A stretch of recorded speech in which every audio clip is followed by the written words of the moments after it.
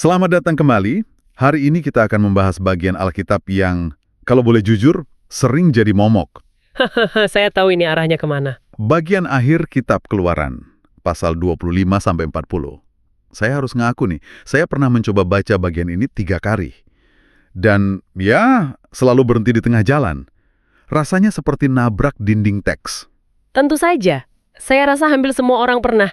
Dulu saya menyebutnya gurun pasir di kitab Keluaran. Persis. Anda berhasil melewati Laut Merah, dapat 10 perintah Tuhan, lalu tiba-tiba, bruk. Anda tersesat di antara deskripsi pengait emas dan papan kayu penaga. Rasanya seperti baca manual perakitan furnitur kuno, ya kan? Tapi tanpa gambar. Dan instruksinya dalam bahasa yang asing pula. Sangat bisa dimengerti kalau banyak yang menyerah. Nah, persis. Analogi yang sangat tepat. Dan itulah misi kita dalam pembahasan kali ini. Kita dapat beberapa sumber yang luar biasa yang mencoba menjawab pertanyaan, kenapa bagian yang terasa kayak manual bangunan ini justru dianggap salah satu puncak spiritualitas? Pertanyaan kuncinya di situ. Jadi, pertanyaannya kan ini, emangnya apa urusannya buat kita sekarang? Kenapa kita harus peduli soal ukuran papan atau warna benang dari ribuan tahun lalu? Apa relevansinya? Pertanyaan yang sangat krusial. Dan saya yakin, setelah kita membedahnya, Anda tidak akan pernah melihat bagian ini dengan cara yang sama lagi. Ini bukan tentang bangunan. Oke. Mari kita bedah ini. Ide besar pertama yang saya tangkap dari sumber kita, ini cukup mengejutkan. Katanya semua detail yang sangat spesifik dan tampak membosankan ini, sebenarnya bukan tentang arsitektur. Bukan sama sekali. Ini semua tentang kehadiran Tuhan. Konsep ini disebut teologi Immanuel, yang artinya Allah berserta kita. Benar. Dan ini adalah pergeseran paradigma yang fundamental. Coba bayangkan konteksnya. Bangsa Israel baru saja bertemu Tuhan di Gunung Sinai. Sebuah pengalaman yang dahsyat dan menakutkan, kan? Sangat menakutkan. Tuhan digambarkan sebagai api yang menghanguskan, guntur, asap. Dia ada di puncak gunung, tidak terjangkau dan jauh. Lalu tiba-tiba, Tuhan yang sama berkata, "Aku ingin turun dari gunung ini. Aku ingin membuat rumah dan tinggal di tengah-tengah kalian." Tunggu dulu, ini menarik.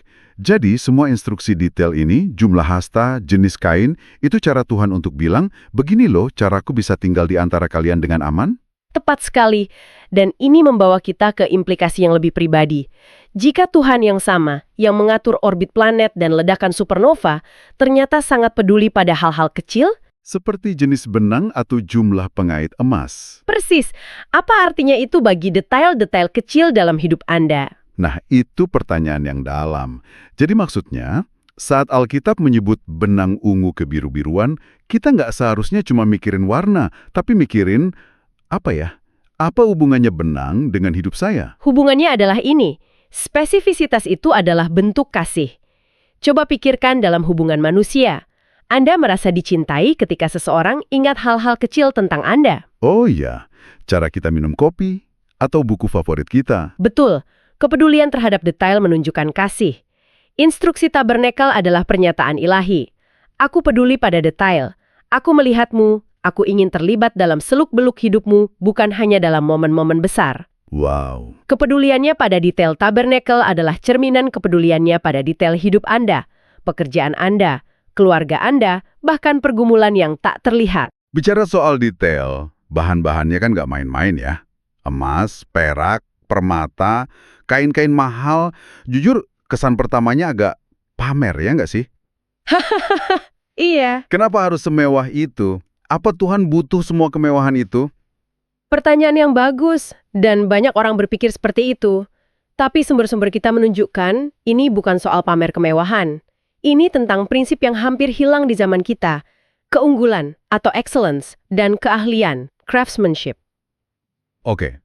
Ini adalah kontras yang sangat tajam dengan budaya modern kita, yang serba instan, serba efisien, dan seringkali yang penting jadi. Kita hidup di dunia di mana kecepatan lebih dihargai daripada kualitas. Oke, jadi ini semacam antitesis dari budaya asal jadi. Persis. Pesan dari instruksi tabernakel ini revolusioner. Memberikan yang terbaik bagi Tuhan adalah bentuk ibadah. Kualitas dan ketelitian adalah tindakan penyembahan. Bukan karena Tuhan butuh emasnya. Tidak memberikan sisa-sisa, tapi yang sulung. Bukan yang asal-asalan, tapi yang dikerjakan dengan sepenuh hati. Itu perspektif yang luar biasa. tapi juga menantang. Artinya tidak ada lagi pekerjaan yang sekuler. Tapi gimana dengan pekerjaan yang terasa sangat duniawi dan repetitif? Misalnya, memasukkan data atau menyetir seharian. Bagaimana prinsip craftsmanship ini berlaku di sana? Pertanyaan yang sangat relevan. Kuncinya ada pada tokoh bernama Bezaliel dalam narasi ini. Kitab Keluaran mengatakan bahwa Bezaliel dipenuhi oleh Roh Kudus. Untuk apa? Bukan untuk bernubuat atau melakukan mujizat, kan? Bukan, tapi untuk menjadi seorang arsitek, pengrajin, dan seniman yang ahli. Ini adalah dasar teologis bagi etika kerja Kristen. Artinya, keahlian teknis dan artistik Anda bisa dan seharusnya diilhami oleh Tuhan. Jadi ini bukan cuma soal seni di gereja. Sama sekali bukan. Untuk pekerjaan repetitif sekalipun, prinsipnya tetap sama. Ini bukan tentang apa yang Anda lakukan, tapi bagaimana Anda melakukannya. Apakah Anda melakukannya dengan teliti, dengan integritas, dengan keunggulan sebagai persembahan kepada Tuhan? Jadi seorang programmer yang menulis kode yang rapi, Atau seorang petugas kebersihan yang memastikan setiap sudut bersih, bisa melakukan pekerjaan mereka sebagai tindakan penyembahan yang sama kudusnya dengan Bezalel yang mengukir kerubim dari emas. wah, ini benar-benar mengubah cara pandang kita terhadap pekerjaan sehari-hari. Pekerjaan kita bukan lagi sekedar cara mencari nafkah, tapi bisa menjadi mesbah persembahan kita. Tepat. Ketika Anda mengasah talenta Anda dan mempersembahkannya dengan kualitas terbaik, itu adalah tindakan spiritual yang mendalam. Oke, saya rasa saya mulai paham soal makna di balik detail dan bahan. Tapi ada satu lapisan lagi yang sering saya dengar, tapi jujur sulit saya pahami. Gagasan bahwa semua ini sebenarnya adalah pratinjau atau bayangan tentang Yesus. Ah, iya, tipologi. Sumber kita dari kitab Ibrani, khususnya pasal 9 dan 10, sangat menyinggung ini. Bisa bantu kami membukanya? Di mana kita melihat Yesus dalam detail tirai atau pakaian imam. Anda menyentuh jantung dari pemahaman Kristen tentang tabernakel. Konsepnya adalah apa yang disebut teolog sebagai tipologi. Sederhananya, tabernakel adalah model fisik dari sebuah realitas spiritual yang lebih besar, Oke, yang akan datang dan digenapi secara sempurna di dalam pribadi dan karya Yesus Kristus. Ini seperti arsitek yang membuat maket atau denah sebuah bangunan megah. oke. Analogi denah itu membantu. Denah itu penting dan berguna, tapi nilainya ada karena ia menunjuk pada bangunan aslinya yang akan datang. Tabernakel adalah denah, Kristus adalah bangunan aslinya. Bisa berikan contoh konkret. Misalnya tirai tebal yang memisahkan ruang kudus dengan ruang maha kudus. Itu apa maknanya dan bagaimana itu menunjuk pada Kristus? Tirai itu secara fisik dan simbolis adalah pemisah. Ia memisahkan tempat di mana para imam melayani dari tempat di mana hadirat Allah bersemayam. Jadi dia seperti bilang stop, sampai di sini saja. Benar. Tirai itu seolah berkata, manusia yang berdosa tidak bisa sembarangan masuk ke hadirat Allah yang Maha Kudus. Itu pengingat visual yang konstan akan jurang pemisah karena dosa. Nah, sekarang kita percepat ke momen kematian Yesus di kayu salib. Momen paling krusial. Apa yang dicatat oleh Injil Matius, Markus, dan Lukas? Tepat pada saat Yesus wafat, tirai di bait suci, penerus tabernakel, terbelah dua, dari atas sampai ke bawah. Dari atas sampai ke bawah itu detail yang penting ya. Sangat penting. Itu menunjukkan bahwa ini bukan perbuatan manusia. Ini adalah tindakan Allah. Allah sendiri yang merobek tirai itu. Ini adalah proklamasi ilahi yang dramatis. Jalan kepada Bapa sekarang terbuka lebar. Bukan lagi lewat ritual imam. Tapi melalui pengorbanan putranya. Daging Kristus yang terkoyak adalah tirai yang sejati, yang membuka akses bagi kita semua untuk datang ke hadirat Allah. Luar biasa, simbolisme yang sangat kuat. Lalu bagaimana dengan pakaian imam besar? Kelihatannya rumit sekali dengan semua batu permata ditutup dadanya itu. Pakaian itu juga merupakan gambaran yang indah.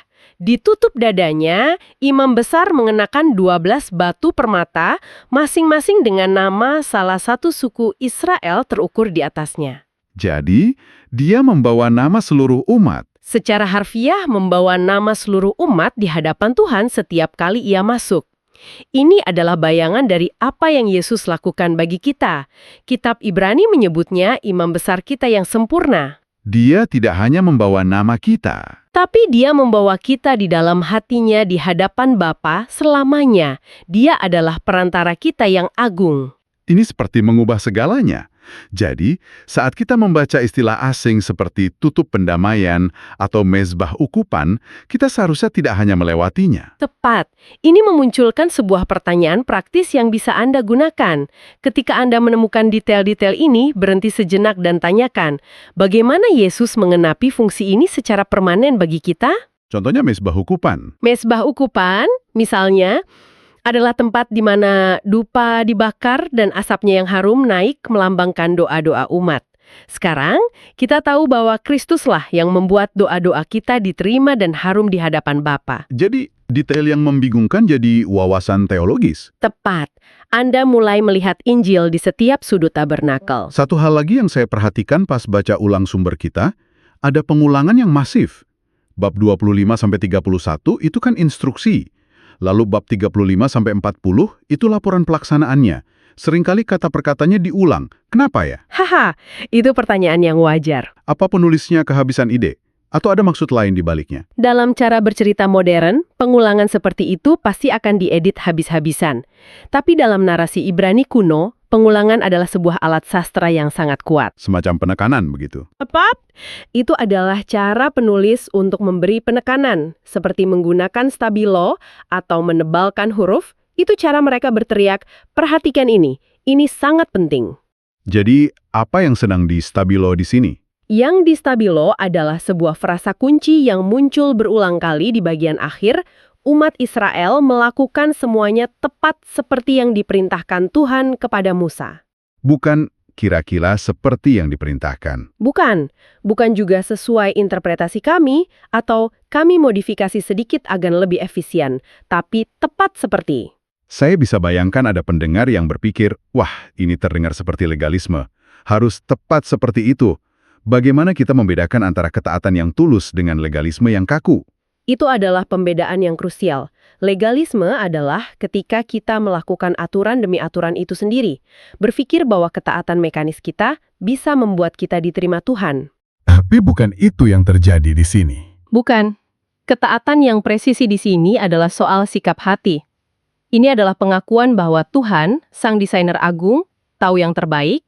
Ini adalah respons dari rasa syukur dan hormat, bukan upaya untuk mendapatkan perkenanan. Ini adalah wujud kepercayaan mereka setelah diselamatkan dari Mesir. Benar. Ini pesan yang sangat berlawanan dengan semangat zaman kita, yang sangat relatif, di mana kebenaran sering dianggap subjektif. Narasi tabernakel mengingatkan kita bahwa ada cara yang Tuhan tetapkan, dan ketaatan yang teliti pada caranya adalah bentuk penyembahan yang tertinggi. Oke, ini semua ide yang besar dan dalam. Sekarang mari kita tarik ke level yang paling praktis. Kalau besok pagi saya mau coba baca lagi Keluaran 26, apa 3 hal yang harus saya ingat biar nggak menyerah di ayat kelima? Mainan adalah gunakan visualisasi. Visualisasi? Teks ini mendeskripsikan objek 3 dimensi. Jangan hanya mencoba membayangkannya dari kata-kata. Ini masuk akal banget. Susah bayangin papan dari kayu penaga dengan 10 pasak perak kalau cuma baca teksnya. Betul. Dan sekarang ini sangat mudah. Sambil membaca, buka Google di ponsel Anda dan ketik diagram tabernakel atau model 3D tabernakel. Anda akan menemukan ratusan gambar, denah, bahkan video tur virtual. Jadi teksnya jadi hidup. Tiba-tiba semua menjadi jelas. Anda bisa berjalan-jalan di dalamnya sambil membaca. Oke, tips pertama, visualisasi. Catat. Yang kedua, Tips kedua adalah fokus pada karakter Tuhan. Daripada tersesat dan frustrasi dengan berapa ukuran hasta untuk papan ini, coba ajukan pertanyaan yang lebih dalam. Seperti apa pertanyaannya? Tanyakan, apa yang dikatakan detail ini tentang kekudusan Tuhan? Atau apa yang diajarkan oleh keteraturan tata letak ini tentang karakter Tuhan yang teratur dan tidak sembarangan? mengalihkan fokus dari apa ke siapa. Saya suka itu. Ini akan mengalihkan fokus Anda dari detail teknis ke wahyu tentang siapa Tuhan itu. Oke. Dan yang ketiga, Yang ketiga adalah pahami beberapa simbolisme bahan utama. Ini seperti belajar alfabet dari sebuah bahasa baru. Tidak perlu hafal semua, tapi beberapa yang kunci akan membuka banyak makna. contohnya emas. Ya, emas hampir selalu melambangkan keilahian, kemuliaan, dan kekekalan Tuhan. Sementara kayu penaga yang jadi bahan dasar banyak perabotan, seringkali melambangkan kemanusiaan, sesuatu yang fana, bisa lapuk, berasal dari bumi. Tepat. Dan saat Anda menggabungkan keduanya, keajaiban terjadi. Pikirkan tentang tabut perjanjian, terbuat dari kayu penaga yang dilapisi emas murni, luar dan dalam. Kemanusiaan dilapisi keilahian. Itu adalah gambaran yang menakjubkan tentang pertemuan antara kemanusiaan dan keilahian. Itu adalah Injil dalam sebuah perabotan, menubuatkan tentang Yesus Kristus, yang adalah Allah sejati dan manusia sejati. Luar biasa. Kita mulai dari buku manual yang membosankan, dan sekarang kita sampai pada teologi yang begitu kaya. Jadi pertanyaan akhirnya, apakah semua ini masih relevan? Untuk menjawabnya, kita perlu membuat satu pembedaan terakhir yang sangat penting antara tujuan ritual dan tujuan wahyu. Oke, ritual dan wahyu. Secara ritual, tabernator dan seluruh sistem korbannya jelas tidak lagi diperlukan. Kitab Ibrani sangat tegas soal ini. Kristus adalah penggenapannya. Dia adalah bait suci yang sejati, imam besar yang sejati, dan korban yang sempurna. Titik. Tapi secara wahyu, Secara wahyu, sebagai bagian dari firman Tuhan yang diilhamkan, bagian ini justru sangat esensial. Pertama, ia mengajarkan kita tentang kekudusan Allah dengan cara yang sangat gamblang. Pesannya jelas, kita tidak bisa seenaknya menghadap hadiratnya. ada jalan yang telah Dia tetapkan. Kedua, bagian ini menunjukkan kepada kita pola penebusan yang konsisten dari perjanjian lama hingga baru. Kita melihat bahwa jalan kepada Allah selalu melalui pengorbanan dan perantaraan seorang imam. Ini membangun fondasi. Jadi, tanpa paham tabernakel, pemahaman kita soal salib jadi kurang lengkap, begitu? Yang Kristus capai, ia memberikan konteks yang kaya bagi pengorbanannya yang agung. Tanpanya, kita kehilangan sebagian dari kedalaman dan keindahan karya Kristus.